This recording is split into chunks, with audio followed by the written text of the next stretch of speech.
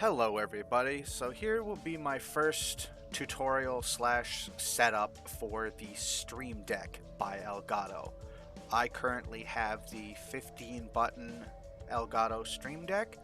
The Stream Deck comes in two other variants. One is the 6 button, which is the small or the mini, and the XL, which is a 32 button Stream Deck. Now, you can get away with using less if you want, but if you have the money, I would highly recommend getting the XL, as you do lose some buttons when you add additional profile switching or back buttons if you're adding additional folders. This first image is the default profile for my Stream Deck. As you can see, it has some subfolders on it, including apps, games, websites, camera, Streamlabs OBS, Twitch chat, VoiceMeeter, sounds, and hardware monitor. I'll go into each as we go through the video. This is the multi-action I use for my launch stream command. So it's using two options. One is the initial Stream Deck plugin and the Window Mover Resizer plugin from BarRaider. So basically what this is doing, it is launching my Streamlabs OBS, my Stream Raiders, and my Stream Avatars, as well as setting the position of those three windows, because I run a 3-monitor setup, so that way it makes launching a stream so much easier. This is my application's quick launch on my Stream Deck, which just has some of my most frequent programs, mostly Chrome, Discord, Streamlabs OBS, OBS Studio itself, Blender, Handbrake, Subtitle Edit, and Audacity, which are the three I use primarily for video editing. This, similar to my applications folder, is just a quick launch from my most common games and game launchers, such as my emulators. This is my websites folder, which has all of my dashboards from my various applications, such as the Twitch Creator dashboard, Streamlabs dashboard, as well as my most frequent bots used in Discord. This folder I find very useful. It's all of the camera subroutines you can get from the BarRaider's camera settings. Now, not all web cameras support all the settings, but you can use at least some of the functionality of your camera from a button press. For example, I do zoom and pan or backlight on and off. This is also where I can turn on and off cameras from various scenes, which I use for functionality. This is the folder I would use most frequently when streaming. It's my Streamlabs OBS, which has the muted channels or active channels for all of my audio settings, as well as my scene selection and any in-game timers that I might use.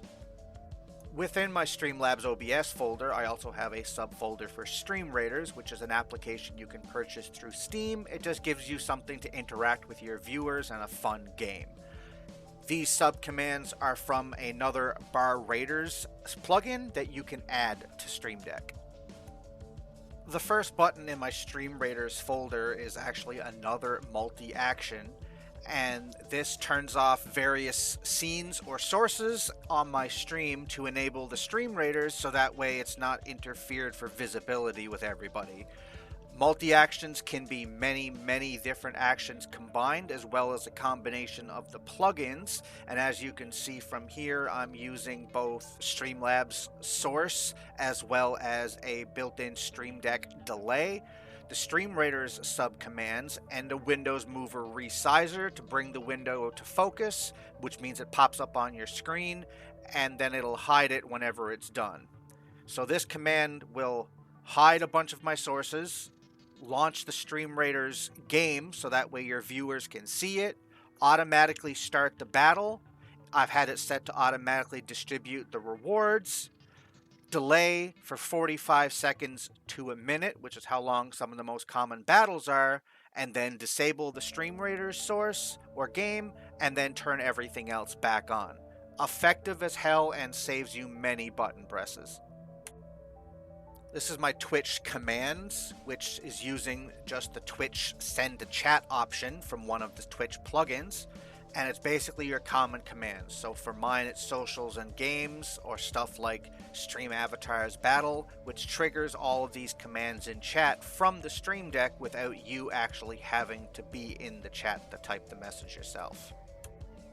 This folder is for my VoiceMeeter commands. Now, VoiceMeeter needs to be installed on your system for these to work, and there are some scripting you need to know for these buttons to work, but I will include that in the comment section below.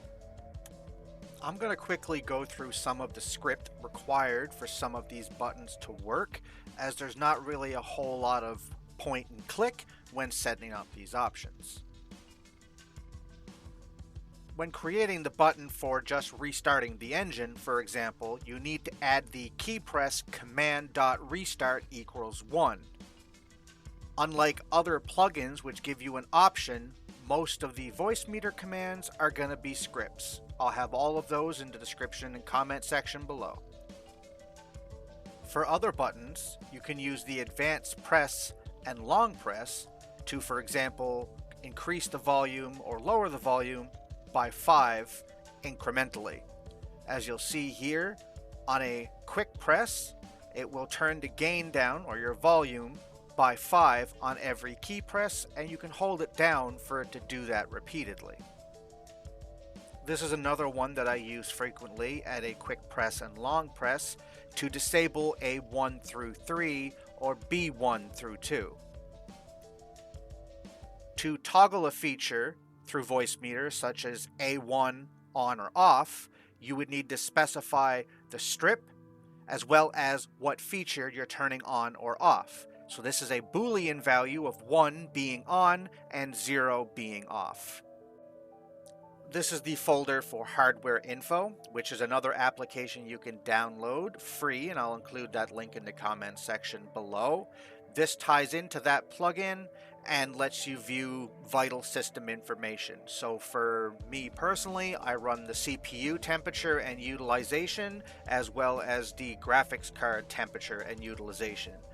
I also added my fan RPMs so I can tell if my machine is getting a little bit overtaxed, which thankfully doesn't happen too often. Stream Deck allows multiple profiles and smart profile switching. So smart profile switching basically means whenever you have an application come into focus or be the primary window you're looking at, Stream Deck's icons will change according to the application you have open.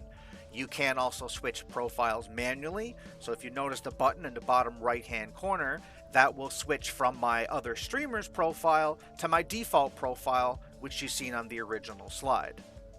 This is one of the folders for my other streamer's profile.